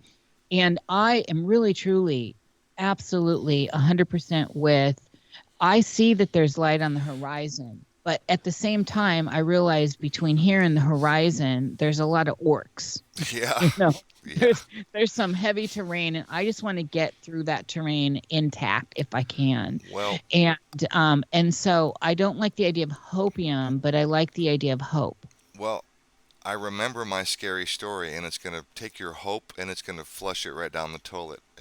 Yes, Do you? bring it. Give us some scare. All right, here it comes. So I had this conversation. Actually, I've had many. I got a friend on my Discord who is constantly asking me about societal questions, big questions. How do we do this? How do we get people to think like this? And it's always about ideology, blah blah blah. We're talking about deep conspiracies. He's always out about how do we get society to move in this direction and that direction. He's very focused in that area. And recently I had to lay the heavy on him, and I'm going to lay it on you now. There is no hope, Lay and it on me. and Okay, there's no hope and here's why. because we're all gonna die. Here's why. If you look at the gigantic picture, the biggest picture you can get your head around, as far back in history as you can get your head around, history has survived many societal collapses. History has survived many worldwide catastrophes, many of them, like asteroids, meteors, pole shifts, many. And this is deeply embedded in the psyche of humanity, and it's also deeply written and documented among the secret societies. These are the people who keep this knowledge, the knowledge of how and when and where societies have collapsed over and over. Whether it's a totalitarian got too far out of line, or a meteor struck the fucking earth, or a volcano destroyed this region and the rest of the earth was fine, but a meteor hit the earth and the whole earth had to deal with this, and everywhere around the world. The people of these secret societies know the history of these events, local to regional to worldwide. And they have contingencies, and those contingencies are underground.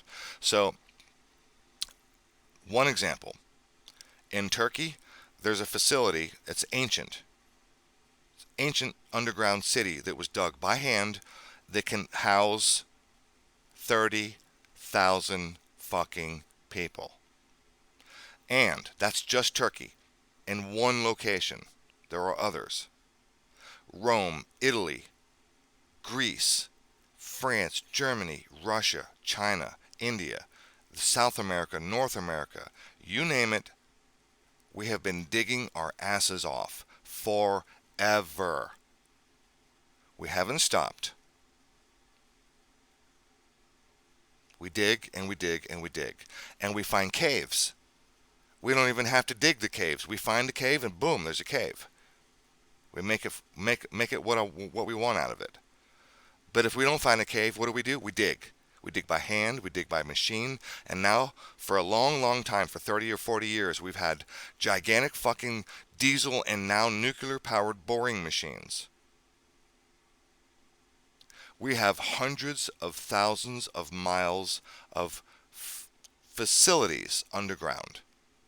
There are cities Yes. underground. They are staffed. They are stocked. There are staff. There are people who live underground and who never see the light of day. Yeah, this is real deal. So they're called DUMBs, deep underground military bases, but they're not just military, because Exactly. there are private entities that are involved as well, and there are NGOs, non-governmental organizations, involved as well. That's the thing people get confused with. They think it's all military. It's not. There are full cities that are not military. That's correct, and they're gigantic. And they're staffed with tens or even hundreds of thousands of people. They're staffed and they're stocked, and all they got to do is flip a switch and everybody is fine, because they never left to begin with. They were born underground, they live underground, or they agreed to sign up and they never saw the light of day after that. They don't need to, because everything they need is underground. They have all the gyms and they have the fucking full spectrum lighting. They can go to the park. They have these false, simulation park environments where the lighting is, and everything. The whole fucking thing. If you think for 1 second that this doesn't exist, then you're naive. Okay, so Everyone here, let's put that you're aside. in a good group here because All everyone right, here knows. so put that aside. The underground, we're on board. So now, the same people who own the underground facilities are the same people who own the nuclear, the biological, and the chemical weapons, and the media, and the military, and the police. They own all of that. Same people. Right?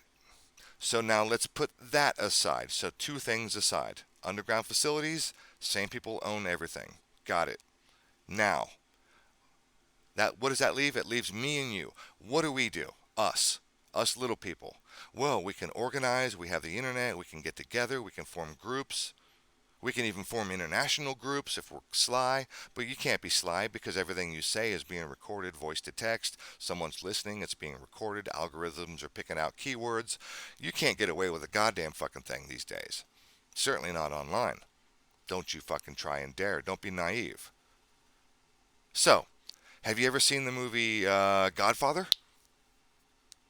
Long ago and far away, but I'm familiar with it still. Okay. I think it was Godfather 3, where no, it was Godfather 2, where Michael Corleone, well, he's at his daughter's wedding, and he has all his henchmen go out and kill the heads of all the 5 families, right? He's going to do a coup d'etat. And while he's attending his daughter's wedding, so he's got an alibi, he has all of his henchmen go out and kill the heads of all the 5 families. Do you remember that scene? Does anybody remember that scene? So I remember it. And Maury's out there saying 3 was really good, by the way, the third one. So the premise, here's the premise. The premise is, how about we, me and you, us little people, how about we organize and we have our little Michael Corleone moment where we organize and all around the world we try our best to form these groups that are going to go out and on this specific day we're all going to go assassinate the heads of our state. Right? Let's say that we try. Right? Let's imagine that this is an effort. Somebody tries to put together an international organization where we all agree that on this day, that's the day we're all going to infiltrate and we're going to just kill until we get to the head of state and we're going to kill everybody and we're going to start over. That's it. They're all dead. Mm-hmm. Right? I got news for you. Even that can't happen. And I'm going to say that again. That can't happen. We're all following you. Because we're infiltrated. They are listening. They have their fingers and their keys on the buttons. And all it takes is a single text message and they all go underground. And they don't need to call the staff. The staff is already there. It's already stocked. It's already operational. All they need to do is show up. And here it comes. They will dust this place. Oh, this is where 5G comes in. It was a weapon the military used, and they use it for crowd control. And not only can they pinpoint and triangulate on individuals and whole populations, they can put up what I call a 5G moat and protect themselves within it. And that was one of the things we saw with the Travis Scott situation. Exactly. Well, I like to call, because the Travis Scott, Gotcha. It was too obvious. But anyway, so they have it on that level as well. They've got contingencies here, and I think that's the way to look at it for sure. So that's my scary story. Well, it's very real. And I love that you brought this up, Aaron, because I have been wanting to bring this forward again, the idea of the underground that's actually there and how big it is. I think people are losing sight of the fact that they have never stopped working on it and how big these cities are, that there are full cities, and trying to reemerge this back into the conversation, because this is at play, and you betcha this is going to be something that is going to be in our faces quite soon. in the next period of time So here in the next few two years. two other aspects to consider. I want to throw into the pot. Number one is imagine an abusive relationship between a man and a woman, and the man is a psychopath, and he says to the woman, "If I can't have you, no one will." So he kills her because he's afraid she's going to leave. Right? Because Oh yeah, I've heard that myself. he's a psychopath, and the only thing he fears is loss. Yeah. So he says to her, "If I can't have you, no one can." So he kills her. Rather than let her go, he kills her because he's a psychopath. So the people that run this world, let's never forget, they're psychopaths. They will dust this fucking place. They will dust this place. Okay? And then they'll hide in their hidey holes, even if it takes 50 fucking years for the radiation to wear off, and they'll poke their heads out, and they'll restart humanity, and they'll maintain control all the way through.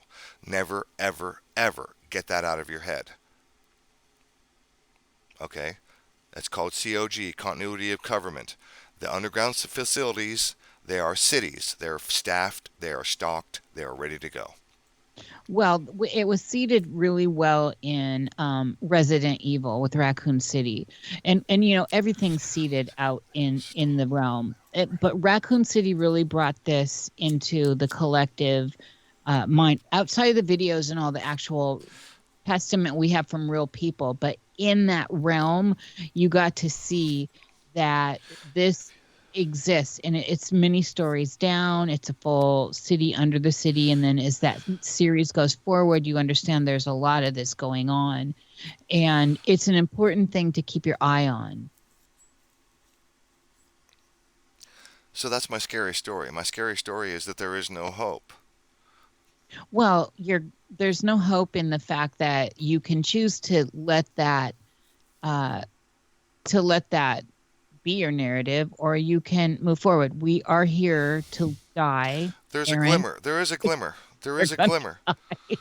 There is a glimmer. The only hope that we have is ideology.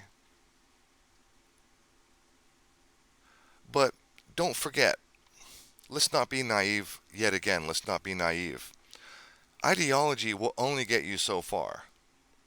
Because the truth is, the underground facilities, they have internet. Yes, they do. Do you think that they have access to this conversation? I doubt it.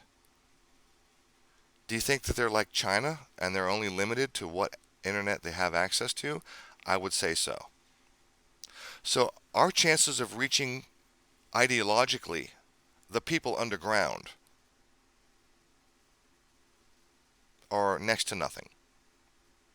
Well, I agree. And there's, on top of this, there's a whole other sub-layer here with whole underground, and this is part of the narrative that came forward with a lot of people in the mainstream right now that got tied into the Epstein and all that, but that people behind the scenes were working on, like Tracy Twyman and me, and talking about how these breeding programs have been going on for ever. There are people being bred down there that don't have birth certificates. They're not people in the real world. They only live underground. Some of them live terribly.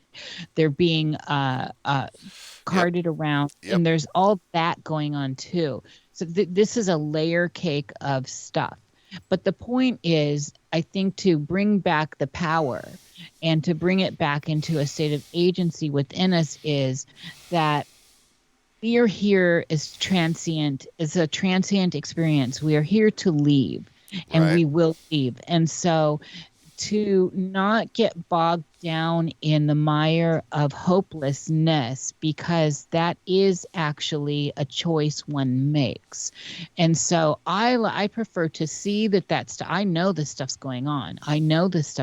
So I don't even need to this is, you're preaching to the choir with me, but it is not taking away my sense of hope in my own personal spiritual. And Good. I know it's not supposed to. Yeah, absolutely. And in fact, it gives me more resolve. It gives me more, it gives me that extra that I need to be like, all right, I've got this. And one of the things that keeps me moving forward, Aaron, is I'm curious to see how all of this stuff plays out. So curiosity is part of what I like to check into when I'm looking at how these dark narratives are playing out. And they're not taking any power away from me. I stand uh, in my own knowing. And part of my knowing is that I am going to check out of this place. I want to check out of this place. I don't want to, I'm not one of these people that wants to just be in here forever. So this is a whole different conversation though. We are heading up on the 2-hour mark, and I just wanted, if anyone has anything to say for Aaron, we kind of went on. And I'm good to remember, go. If you want to linger, I'm fine.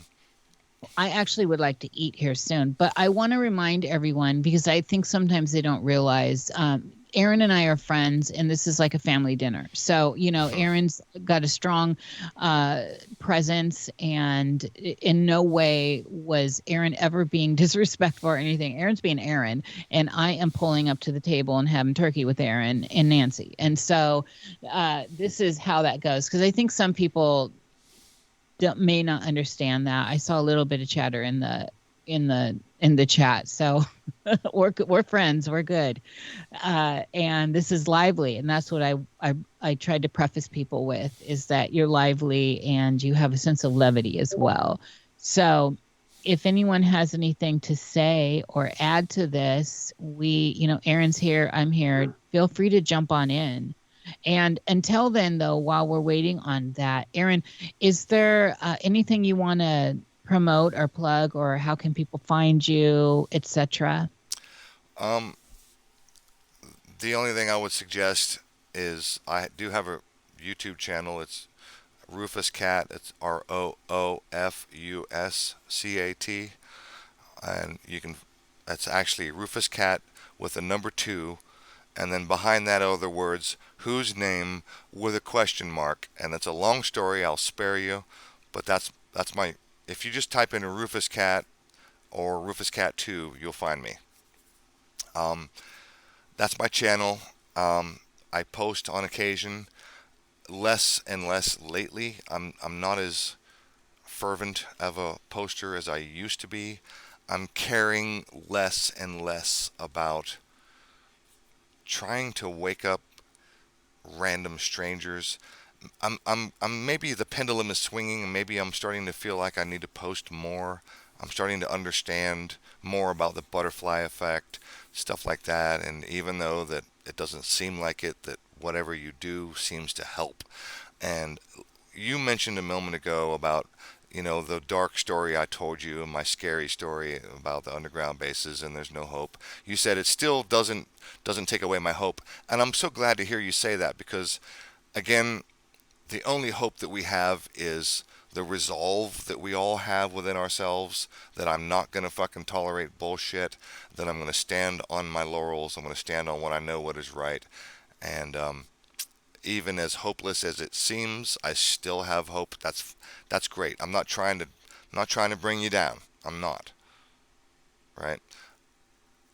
I'm just trying to keep. And that's right. It's trying to really look at things that are going on, and that's the point. Is to actually stand and face it and look at it and see it for what it is. And that's one of the things, Aaron, I've always noticed in my life is when, like even when I was young, if there would be, I'd walk by, or some people wanted to make fun of me for whatever I was wearing, and I would always find myself, I'd look at them. I would literally look and go like, do I actually care what these people think about me? Do I want to be like them? And oftentimes, almost always, the answer in my head was no. So I'm doing a good job.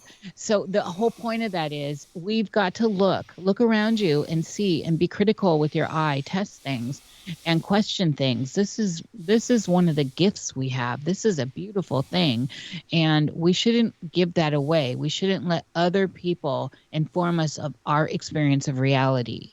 And we can join in and we can experience things that people are experiencing in the world vis-a-vis through their stories. But we, again, don't have to contract with them. We can just listen and go on that ride and observe it. And that's the thing here. it's a big deal, and it's a perception. It is It's our perception. it's absolutely a big deal, and I totally agree with you. I would only add maybe to try to refine down to the idea that it's really ego driven, and that's not a bad thing. It's ego driven. It's that when you know that you are right, and you know that you can back up what you say, what you claim, what you think, you can back it up, then Yes. you But find also yourself in a open position to data. of pride. You're very proud of yourself, and you stand on your laurels. And it's about drawing a line in the sand. I will not cross this fucking line. And Oh, there are some lines for sure. I'm one of those people, Aaron, where I'm like, new data changes everything, but there are definitely yeah, some lines new that I data will does. never That's right. cross. That's right. That's right. There are some lines that just won't be fucking crossed. Yeah. I had a friend of mine, the guy who talks to me about society and big society questions, the same guy.